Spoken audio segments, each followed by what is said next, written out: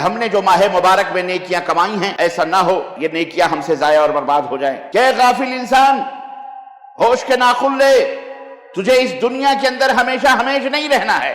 اس شکایت کرنے والے اس مظلوم بندے کے گناہوں کو اللہ اٹھا کر یہ بہت بڑے عبادت گزار جنت میں جانے والے شخص کو دے گا، اور اس کی نیکیاں اتنے برابر اٹھا کر اس آدمی کو دے گا اللہ۔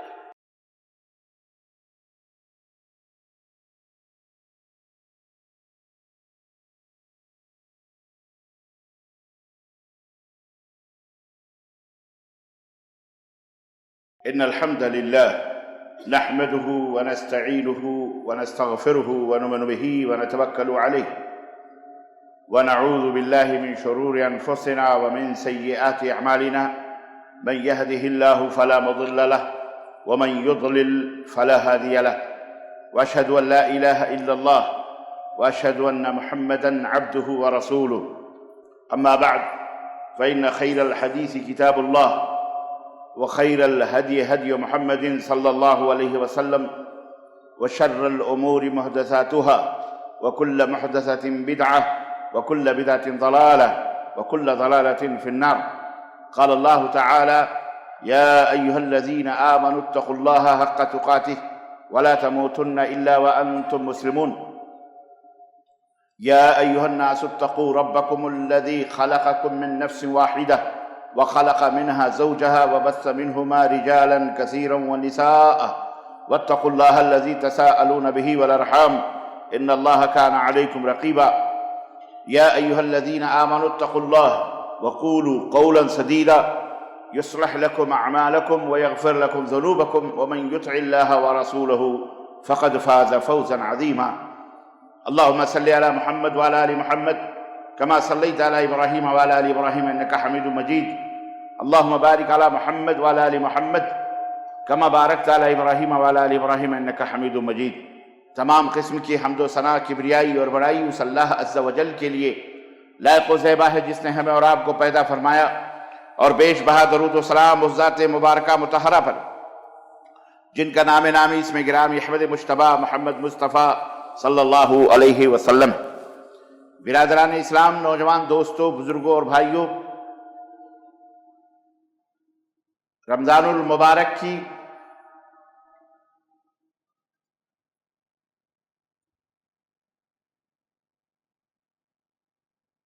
پربہار اور پرمسرت اور برکتوں سے بھری ہوئی گھڑیوں کی رخصتی کے بعد، عید کے 2 رکعت شکرانے ادا کرنے کے بعد، یہ ہر ہفتے کی پہلی عید یوم الجمعہ جس کو کہتے ہیں ہم چھوٹی عید، الحمدللہ پہلی عید ہے.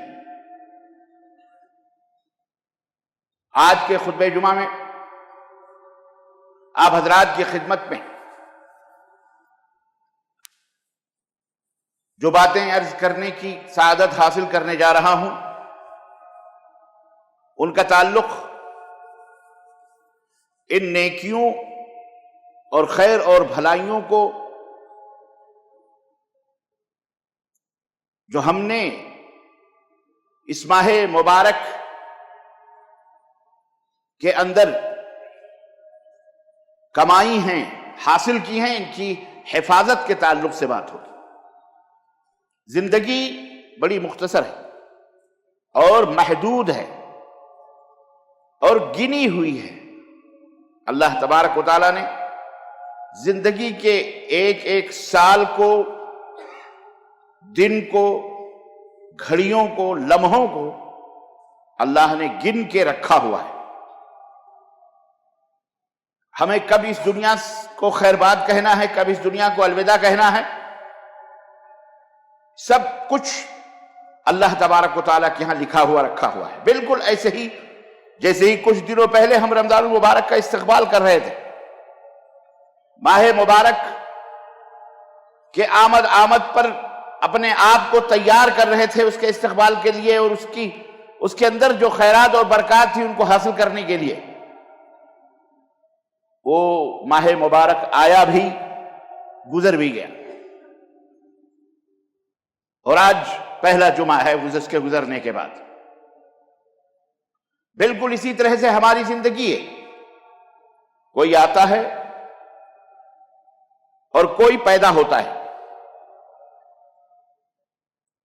کل ہم نے دیکھا تھا، آج وہ کل ہمارے پاس موجود نہیں ہے۔ اسی طرح آج جو گزر جائے گا، کل جب ہم زندہ رہے تو آج کا دن ہم نہیں دیکھیں گے۔ یہ رات اور دن کا آنا اور جانا، یہ مہینوں کا آنا اور جانا، یہ لمحوں کا، گھنٹوں کا، منٹوں کا، سیکنڈوں کا ہماری زندگی میں آنا جانا ہمیں یہ بتاتا ہے کہ غافل انسان، ہوش کے ناخن لے، تجھے اس دنیا کے اندر ہمیشہ نہیں رہنا ہے۔ یہ دنیا فانی ہے۔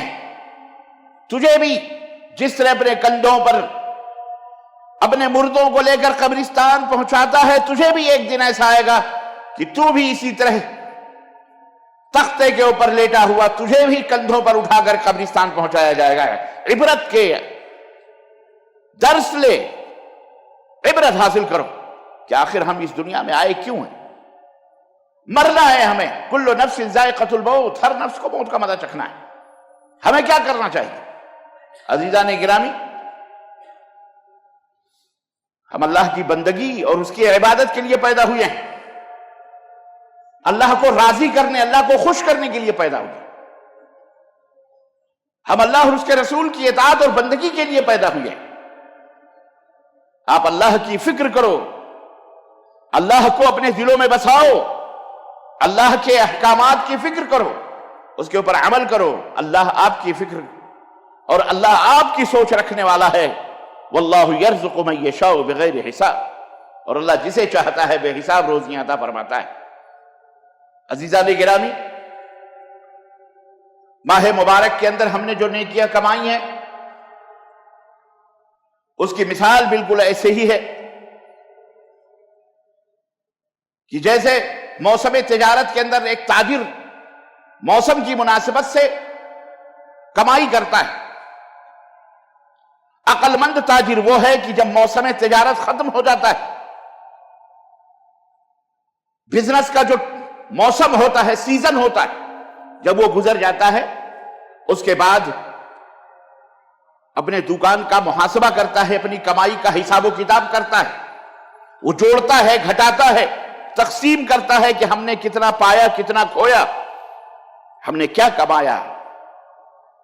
بے نہیں، اسی طرح سے یہ موسم عبادت جو ابھی ہم سے رخصت ہوا ہے، ماہ مبارک، اس میں ہم نے کیا کھویا ہے اور کیا پایا ہے، اس کا محاسبہ کریں، خود سے سوال کریں۔ آپ کا دل سب سے بڑا حساب دینے والا اور حساب کرنے والا ہے۔ آپ کا ضمیر آپ کو بتائے گا کہ آپ نے کیا کھویا ہے اور کیا پایا ہے، کیونکہ روزہ ایک ایسی عبادت ہے جس کا تعلق آپ کے اور اللہ کے درمیان کا ہے، تیسرے کا کوئی تعلق نہیں۔ اور اس روزے ماہ مبارک میں جو عبادتیں تھیں، جس کا اجر اللہ نے اپنے پاس محفوظ رکھا ہے، آپ نے کتنا کمایا ہے، کتنا کھویا ہے، یہ سب آپ کو آپ کا دل، آپ کا ضمیر بآسانی بتائے گا۔ اس کا حساب کیجیے۔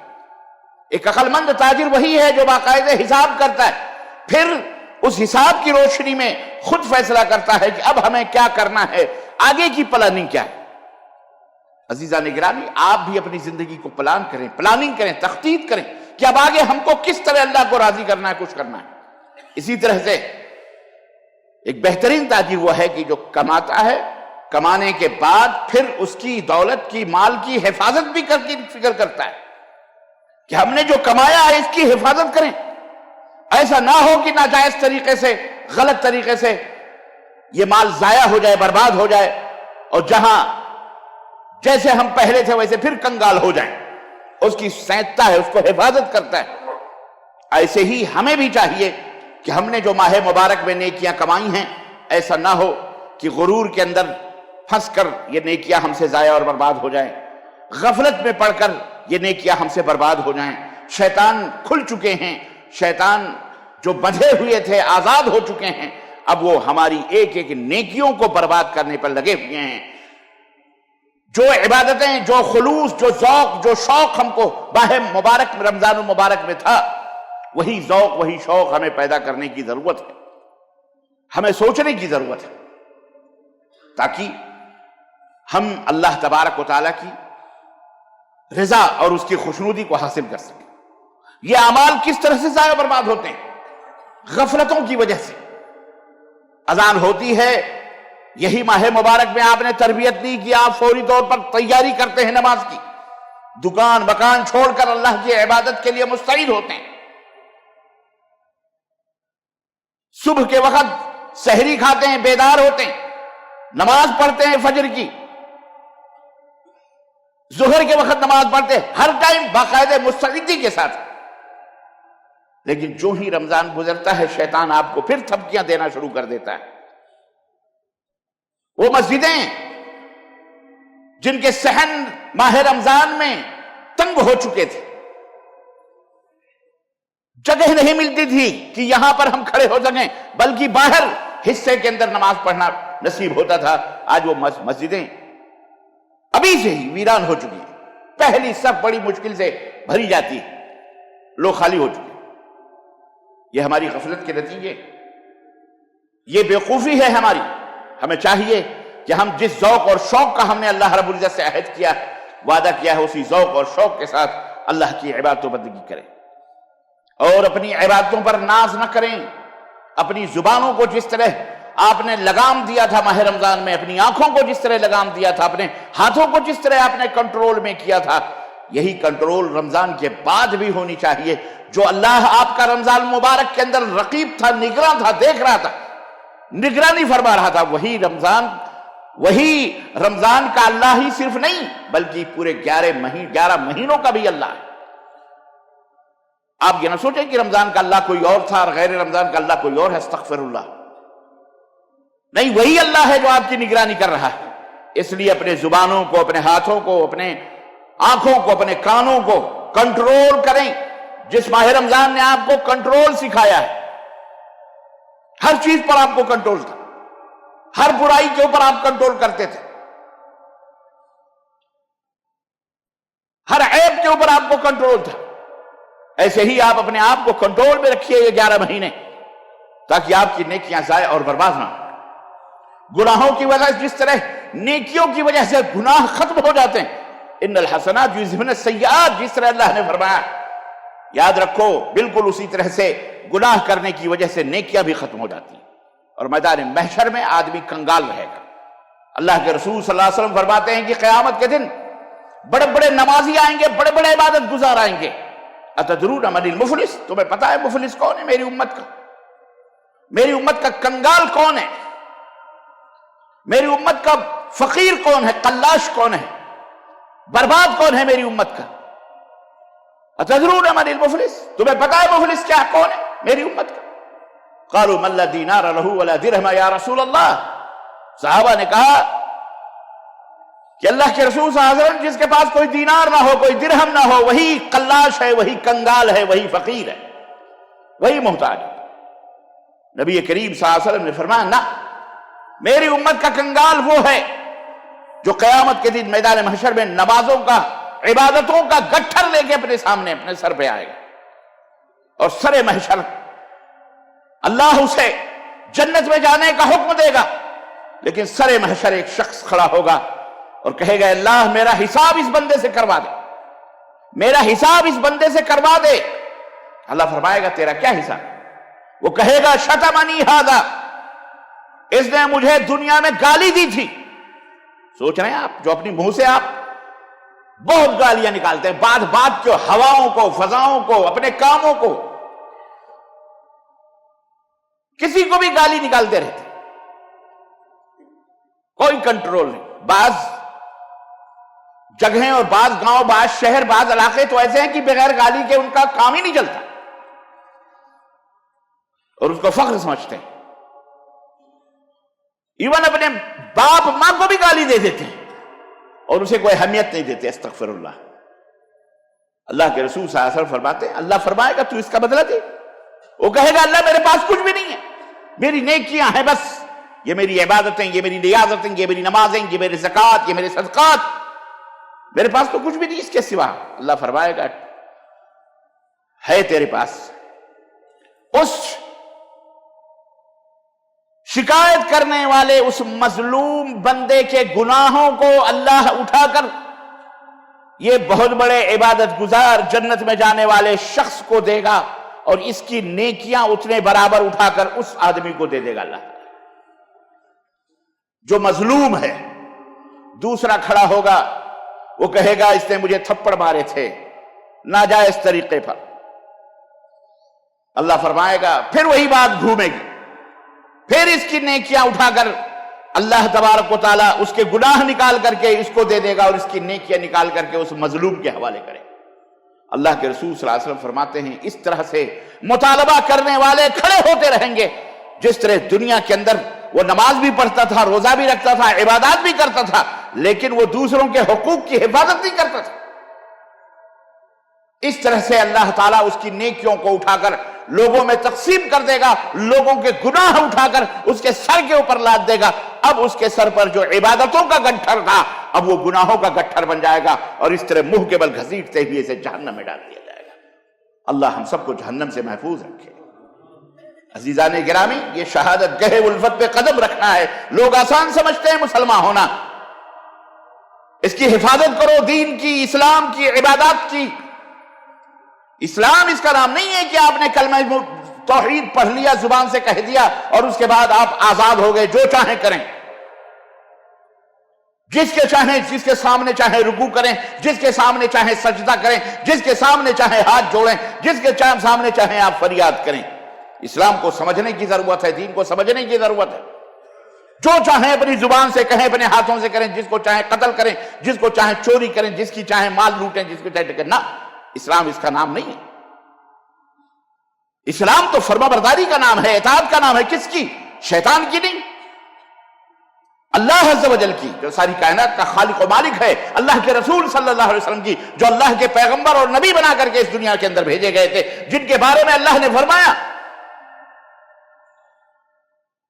اللہ رب العزت فرمایا کہ وَمَا آتَاكُمُ الرَّسُولُ فَخُذُوهُ وَمَا نَهَاكُمْ عَنْهُ فَانتَهُوا، ان کی اطاعت کرو، ان کی پیروی کرو، جو یہ دیں اسے لے لو، جس سے منع کریں اسے رک جاؤ۔ یہ تمہارے لیے نمونہ ہے، لَقَدْ كَانَ لَكُمْ فِي رَسُولِ اللَّهِ أُسْوَةٌ حَسَنَةٌ، تمہارے لیے نمونہ ہے محمد الرسول اللہ صلی اللہ علیہ وسلم۔ اللہ کے نبی نہ کسی کو کبھی گالی دیتے تھے، نہ کسی کو آپ کبھی مارتے تھے، نہ کبھی کسی کی توہین کرتے تھے، نہ کسی کی تذلیل کرتے تھے۔ اللہ کے نبی کا اخلاق بلند تھا۔ حسن اخلاق کے اوپر اللہ کے نبی صلی اللہ علیہ وسلم کے بارے میں اللہ رب العزت نے فرمایا کہ انک لعلی خلق عظیم، میرے حبیب آپ تو عظیم اخلاق کے مالک ہیں، آپ اخلاق کی بلند چوٹیوں کے اوپر فائز تھے۔ نبی کائنات کے بارے میں آتا چھوٹی موٹی لڑکی بھی، لونڈی بھی اگر آپ کے سامنے آتی تھی، آپ کا ہاتھ پکڑ کر کے لے کے چلی جائے تو آپ اس کے پیچھے پیچھے بھی چلے جاتے تھے، اور بکری کا دودھ اس کا خود نکال دیا کرتے تھے۔ کون تھے یہ؟ جن کے دروں پہ جبریل بھی بغیر اجازت حاضر نہیں ہوا کرتے تھے،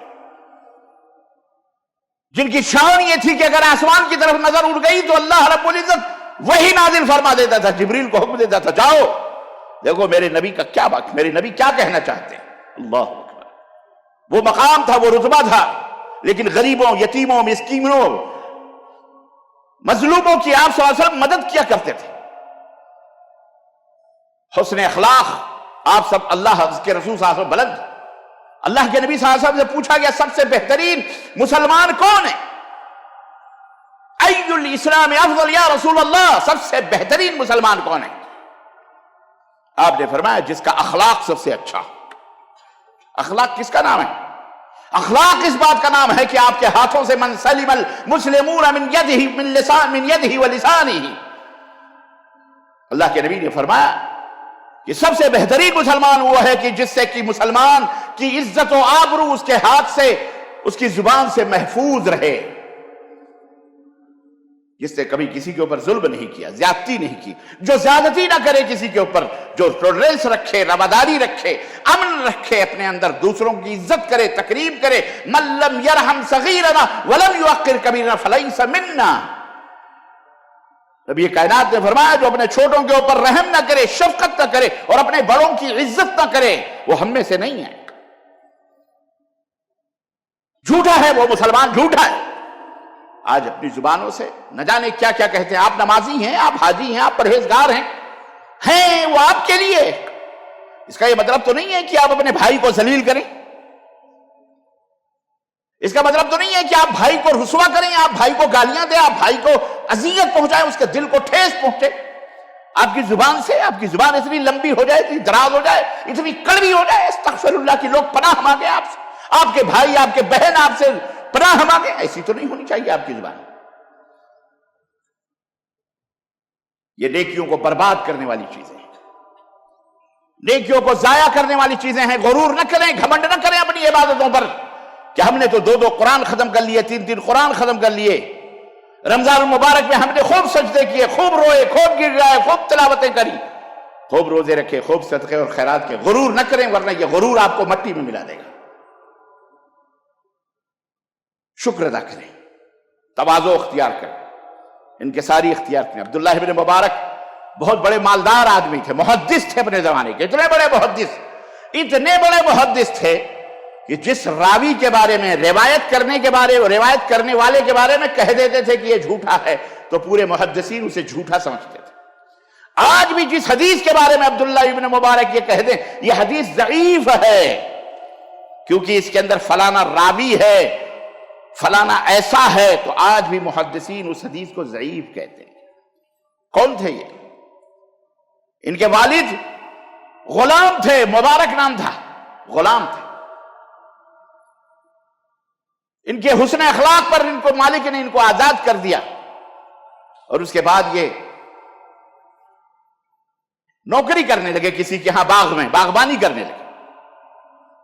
کافی دن گزر گئے. مالک آئے ایک دن اپنے دوستوں کے ساتھ اور کہا مبارک کدھر آؤ، سب سے میٹھا انار لے کے آؤ ہمارے باغ کا، ہمارے مہمان آئے ہوئے ہیں. وہ گئے، انار توڑ کر کے لائے اور مالک کے سامنے رکھ دیا. جس کا گارڈن تھا، جس کا باغ تھا، مالک جو تھا اس کے سامنے رکھا. انہوں نے اس کو کاٹا، کھایا تو انتہائی کھٹا انار تھا. غصے سے سرخ ہو گیا مالک. اس نے کہا اتنے دن سے تم باغ میں رہتے ہو، تمہیں ابھی یہ تمیز نہیں ہے کہ اس میں کون سا انار میٹھا ہے، کون سا کھٹا ہے؟ تمہیں پتہ نہیں ہے؟ کھٹے سے کھٹا انار لے کر کے آ گئے. انہوں نے کہا میرے سردار، آپ نے مجھے یہاں باغبانی کے لیے رکھا ہے، پھلوں کے چکھنے کی اجازت نہیں دی ہے. میں نے اتنے برس یہاں باغ میں باغبانی کی ہے، مجھے پتہ ہی نہیں ہے، میں نے چکھا ہی نہیں ہے کہ کوئی پھل کیسا ہے، میٹھا ہے کھٹا ہے.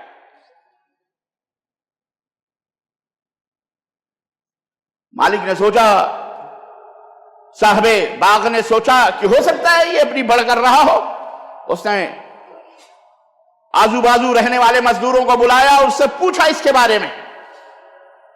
انہوں نے شہادت دی، گواہی دی کہ ہاں یہ بندہ ایسے ہی ہے، انتہائی پرہیزگار ہے. ہم نے دیکھا ہے اس نے کبھی ایک پھل بھی توڑ کر کے اس نے چکھا تک نہیں ہے، کھانا تو بڑی دور کی بات ہے. نوجوان تھے. مالک باغ نے کہا یہ بتاؤ شادیاں یہودی کیوں کرتا ہے؟ تو انہوں نے جواب دیا مال و دولت دیکھ کر کے یہودی شادی کرتا ہے. اور کہا کرسچن کیوں کرتا ہے، نصرانی کیوں کرتا ہے، عیسائی؟ کہا وہ حسن و جمال دیکھ کر کے شادی کرتا ہے. کہا عرب کیوں شادی کرتے ہیں؟ تو انہوں نے کہا کہ وہ حسب و نسب دیکھ کر شادی کرتا ہے. اور کہا مسلمان کیوں شادی کرتا ہے؟ سنو، مسلمان کیوں شادی کرتا ہے، مسلمان کیوں شادی کرتا ہے؟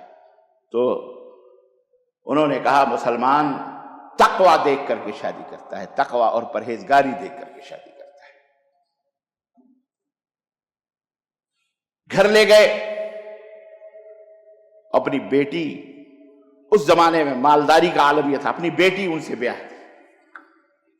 ایسے پرہیزگار لڑکے کو، نوجوان کو کون نہیں چاہے؟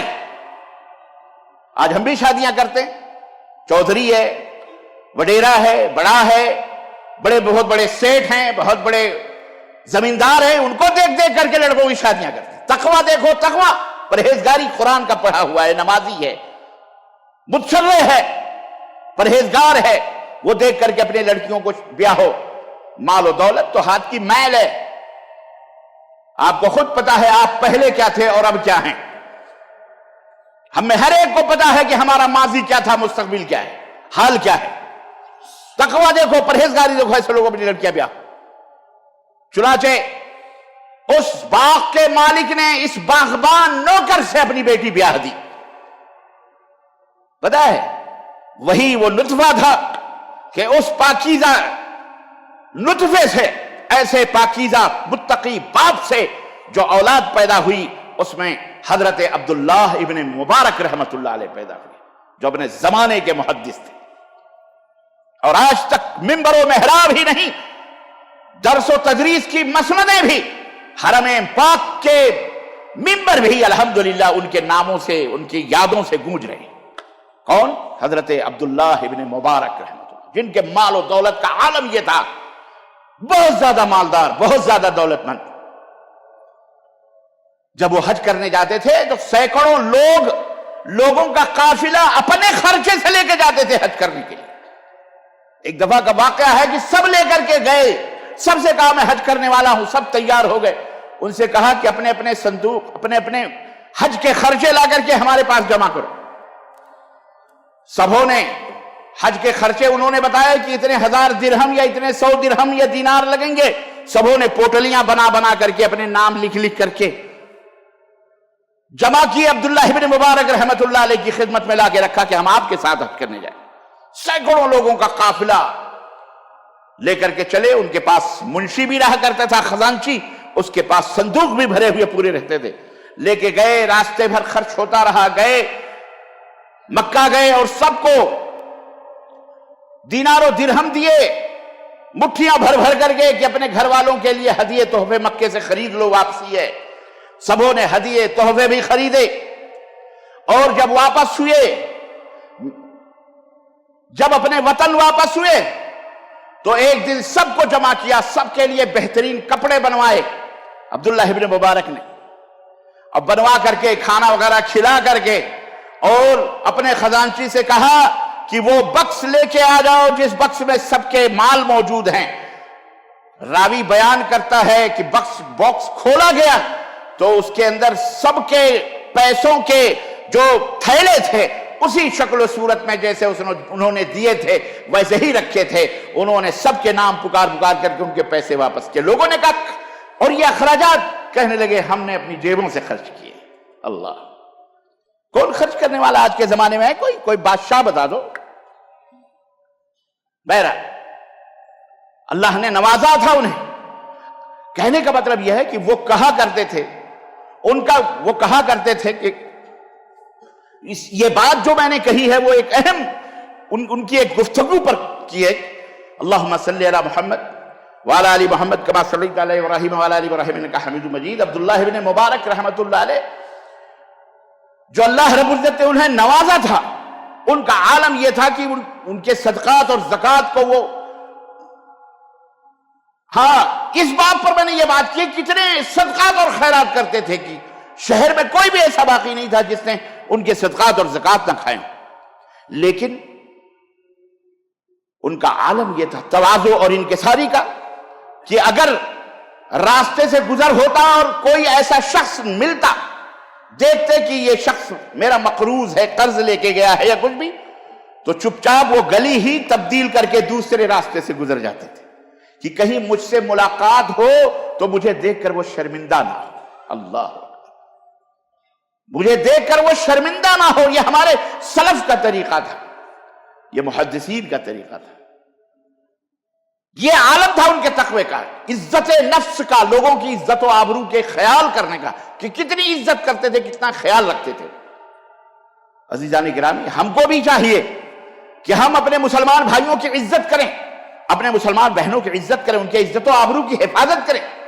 نہ کہ ہم اپنی زبان کو اسٹین گن بنائیں اور اپنے ہی بھائیوں کے خلاف اسے اسٹین گن کو چلائیں، اپنے بھائیوں کو گالیاں دیں، اپنے بھائیوں بہنوں کو ہی برا کہیں، اپنے بھائیوں بہنوں کے اوپر بھی زبان درازیاں کریں، اپنے بھائیوں بہنوں کے ہی حقوق کو غصب کریں، ان کی عزت و آبرو کا خیال نہ کریں.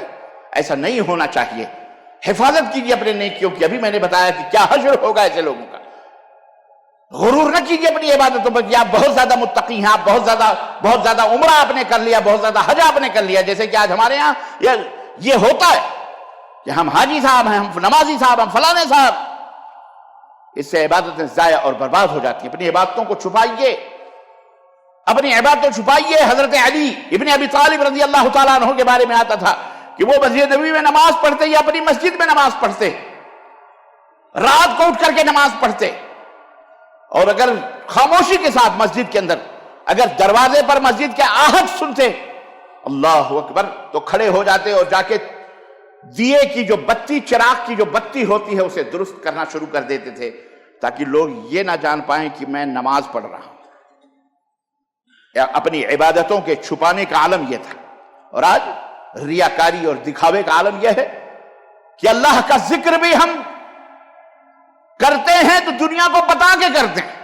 یہ موٹی موٹی تسبیحاں ہاتھوں میں لے لے کر کے دیکھیں آپ اپنے ملکوں کے اندر لوگوں کو آپ نے دیکھا ہوگا ہاتھ میں تسبیحاں لے کر یا مجلسوں میں بیٹھ کر ڈھکیل رہے ہیں, یا وہ مشینیں چلی ہیں کچھ دنوں پہ بہت زمانے سے, بیٹھ کر کے مسجد کے نا ٹک ٹک ٹک ٹک سبحان اللہ سبحان اللہ سبحان ٹک ٹک ٹک ٹک کیا آواز آتی ہے.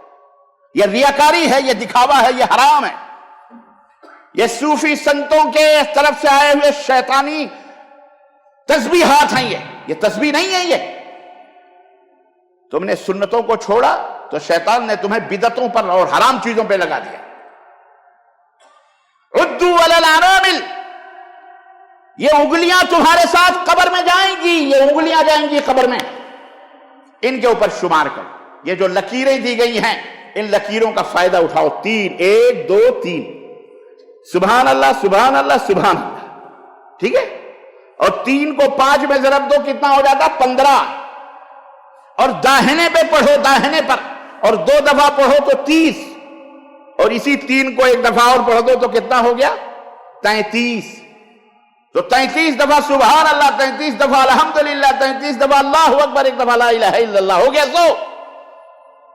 اسی پہ پڑھو. تسبیحاں وہ تو ٹوٹ گئی تو گئی یہیں پہ, لیکن یہ تو قیامت کے دن گواہیاں دیں گی نا. آپ کے رونگٹے آپ کے اعضا گواہی دیں گے. عقل نہیں ہے, سمجھ نہیں ہے. کتنا فائدہ ہے اللہ نے چپکے سے, آپ چل رہے ہیں چپکے سے یا بیٹھے ہوئے ہیں آپ سبحان اللہ سبحان اللہ سبحان اللہ سبحان اللہ, کس کو پتا کیا. اور تسبیح بیس کے ڈھکے رہے سبحان اللہ سبحان اللہ سبحان اللہ سبحان.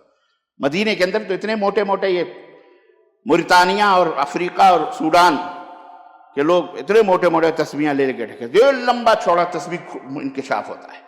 سب ریاکاریہ دکھاوا. شرم کرو, توبہ کرو اللہ تعالیٰ سے, نہ کرو یہ حرکت, توڑ کے پھینک دو ان کو. انگلیوں پہ اللہ نے جوانی دی ہے, عقل دی ہے, سمجھ دی. روپے تو نہیں بھولتے ہو, کہتے جی اختلاط ہو جاتا, تو اختلاط ہوا تو کیا ہوا, 2 4 اگر اللہ نے سبحان اللہ الحمدللہ زیادہ کہہ دیا تو کوئی گناہ ہو گیا. اللہ کا ذکر کرو, وَاذْكُرُوا اللَّهَ ذِكْرًا كَثِيرًا وَاذْكُرُوا اللَّهَ اذْكُرْكُمْ, اللہ کو یاد کرو اللہ تمہیں یاد رکھے گا. صبح و شام احفظ اللہ احفظک, اللہ کو یاد رکھو اللہ تمہیں یاد رکھے گا. ہمیشہ یاد کرتے رہو. کوئی ضروری ہے اللہ کی نعمتیں تو نہیں شمار کرتے, شمار کرتے ہو, کر بھی نہیں سکتے. ان تعدوا نعمت اللہ لا تحصوها, اللہ کی نعمتیں شمار کرنا چاہو تو شمار بھی نہیں کر سکتے. اور اللہ کا ذکر جس نے بے حساب آپ کو دیا, بیٹھ کر کے گن گن کر کے اللہ کو دے رہے ہو. اللہ کی عبادت بھی بغیر گنتی کے بلا حساب کیا. اللہ ہمیں اس کی توفیق عطا فرمائے. عزیزان گرامی, زندگی بہت مختصر ہے, غنیمت سمجھو. اللہ نے جو یہ حیات دی ہے, یہ زندگی بخشی ہے, اس کو غنیمت سمجھو اور اللہ کو راضی کرو. اور چھوٹی موٹی بھی نیکیاں ان کی حفاظت کرو. اپنی زبانوں کی حفاظت کرو, اپنے ہاتھوں کی حفاظت کرو. یہ زبان, حضرت معاذ بن جبل رضی اللہ تعالیٰ عنہ نے کہا کہ اللہ کے نبی وسیع کچھ نصیحت کیجئے. فقال کف علیک ھذا, اپنے اوپر اس کو روک کے رکھو. واشار الی اللسان, اور اللہ کے نبی نے اپنی زبان کی طرف اشارہ فرمایا, اس کو کنٹرول کرو زبان کو. حضرت معاذ بن جبل نے کہا زبان سے کیا نقصان ہو سکتا ہے اللہ کے نبی؟ تو کہا ثقلت قومک یا معاذ, معاذ تجھے تیری ماں گم پائے, گم کر دے. اسی زبان کی وجہ سے تو ہی کتنے لوگ منہ کے بل جہنم میں ڈھکیلے جائیں گے, اس زبان کی وجہ سے. اللہ کے رسول صلی اللہ علیہ وسلم فرماتے ہیں صبح جب ہوتی ہے تو جسم کے یہ جو اعضاء ہیں 360 ہڈیاں اعضاء, یہ اس زبان سے درخواست کرتے ہیں اس زبان سے یہ پورے بولتے ہیں، درخواست کرتے ہیں زبان سے جو دو دانتوں کے بیچ میں ہے یہ زبان۔ اللہ نے بھی کتنی حکمت کے ساتھ اس نرم زبان کو کڑک چیزوں کے درمیان رکھی ہوئی ہے، دو دانتوں کے درمیان رکھی ہوئی، تو اللہ کو پتہ یہ بہت کینچی کی طرح ہلتی ہے، چلتی ہے، اور یہ زندگی کے آخر تک برقرار رہتی ہے نرم ہونے کے باوجود بھی۔ اور دانت بہت پہلے سے ہی کیا ہو جاتے ہیں، انسان کے جسم سے جدا ہو جاتے ہیں، لیکن یہ نرم ہونے کے باوجود بھی اللہ کے رسول صلی اللہ علیہ وسلم نے فرمایا جسم کے پورے حصے اس زبان سے درخواست کرتے ہیں کہ اللہ کے لیے تو اگر سلامت رہی، تو اگر حفاظت سے رہی، اچھی تو رہی تو ہم بھی اچھے رہیں گے، لیکن اگر بری ہوئی تو ہمارا بھی برا حال ہوگا۔ ظاہر ہے زبان جب پھسلتی ہے اور جب یہاں گڑبڑ پیدا ہوتی ہے تو زبان تو اندر محفوظ رہتی ہے محترم، دانت بھی ٹوٹ جاتے ہیں، کان بھی پھٹ جاتے ہیں، آنکھیں بھی چلی جاتی ہیں، ہڈیاں بھی چور چور ہو جاتی ہیں، ہوتی کہ نہیں ہوتی؟ پٹائی جب شروع ہوتی ہے تو ایک زبان تو بچ جاتی ہے نا، زبان تو اندر چھپا بیٹھی رہتی ہے، اور سزا کس کو بھگتنا پڑتا ہے؟ کہتے ہیں یہی زبان ہے جو انسان کو پان کھلائے، اور پتہ نہیں یہی زبان ہے جو انسان کو جوتا بھی کھلاتی ہے۔ یہ زبان کی بہت، میں کبھی بتاؤں گا اس موضوع پر، لیکن آج یہ خاص طور سے اپنے آنکھوں پر اس زبان کی وجہ سے بہت کچھ ہوتا ہے۔ آفتیں، اپنی نیکیاں برباد نہ کرو، ضائع نہ کرو، حفاظت کرو، آپس میں ایک دوسرے کی عزت کرو، ایک دوسرے سے محبت کرو، آپس میں اتحاد پیدا کرو، اتفاق پیدا کرو، آپس میں ایک دوسرے سے مل جل کر کے رہو، اپنے بھائی بہن کی سب کی عزت و آبرو کو محفوظ رکھو۔ اللہ ہمیں اس سب کی توفیق عطا فرمائے، اور اللہ عز و جل ہماری ٹوٹی پھوٹی زندگیوں کو اور ہماری عبادتوں کو اللہ قبول فرمائے، اور اللہ جب تک رہیں ہم کتاب اللہ اور سنت رسول پر قائم و دائم رہیں، اور جب مریں تو اسی کے اوپر ہماری موت آئے، اور جب قیامت کے دن اٹھیں تو اللہ کے حبیب حضرت محمد الرسول اللہ صلی اللہ علیہ وسلم کے جھنڈے کے تلے اللہ ہمیں جگہ عطا فرمائے، ان کے ساتھ ہمارا حشر فرمائے، صحابہ کے ساتھ، تابعین کے ساتھ۔